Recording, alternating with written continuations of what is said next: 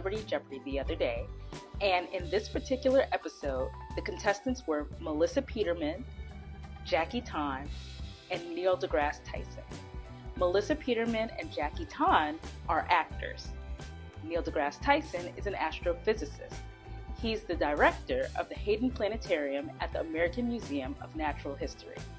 Astrophysics is a smart field for smart people, and Jeopardy is a smart game show about being smart. So the obvious conclusion is that Dr. deGrasse Tyson would win Jeopardy. And during the course of the episode, there were a lot of jokes about how that was a foregone conclusion. Well, Final Jeopardy was about the Great Muppet Caper.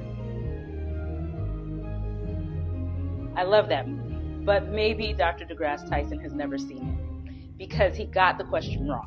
Neil deGrasse Tyson was in second place with 12,100. He's a very smart man, but does he know about Gonzo? He wrote down, Snuffleupagus. That's a whatever, sure. It's a good Muppet. Who knows what the hell that is? Unidentifiable Muppet, I like it. It'd be a big crate, right? But sadly, we're going to have to deduct 3701. You now have 8,399.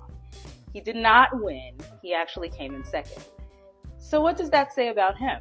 Well, he's still a smart guy. He's an astrophysicist. But Jeopardy is not just a game show about astrophysics. Perhaps if it was, Dr. deGrasse Tyson's win would have been certain. However, just because you're proficient in one area doesn't necessarily mean you are universally great at every other subject matter. This tendency to see someone's talent in one area and generalize that to believe that they are good in all other areas is what we call the halo effect.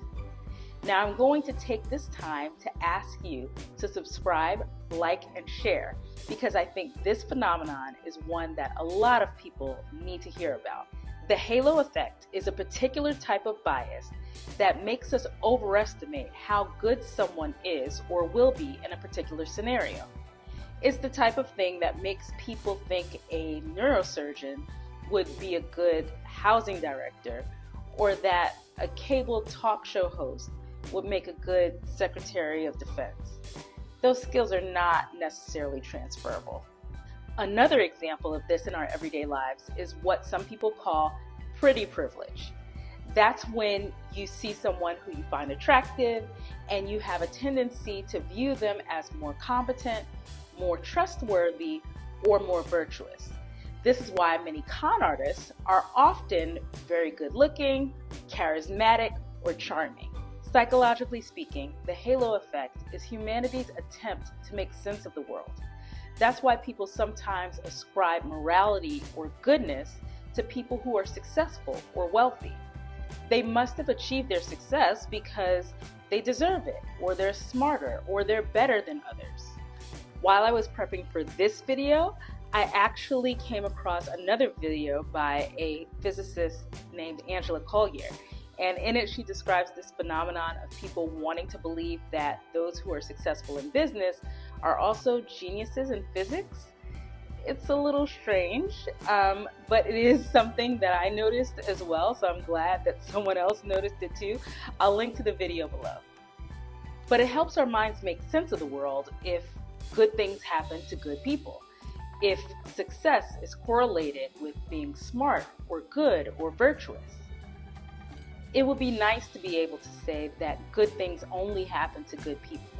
But we know that there are lots of folks who accumulated their wealth through unscrupulous, shady, and deceitful means.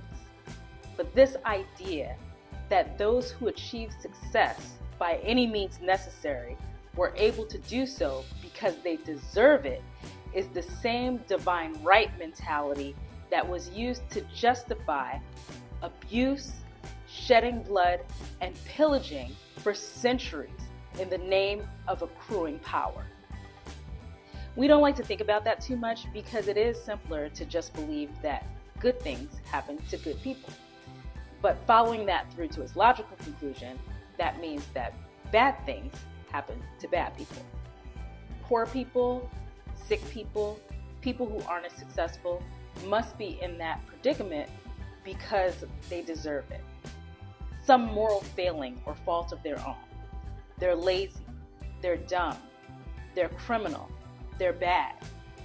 Believing that people deserve their circumstances makes it a lot easier to ignore their need. This idea of determining that someone must have done something bad or is a bad person, and that's the reason why bad things have happened to them, is a very old concept. If you're Christian or Muslim or Jewish, you may be familiar with the story of Job. He was a wealthy man whose wealth, family, and physical health all got wiped out. Job's friends and his wife were convinced he must have done something to deserve it. If you're a Christian, you might be familiar with the story where Jesus and his disciples were walking along the road and they met a man who was born blind. And his disciples asked him, "Rabbi, who sinned, this man or his parents, that he should be born blind?" And many Southeast Asian religions have a concept called karma, that bad actions lead to bad consequences. Now, this video is not meant to be a survey of world religions.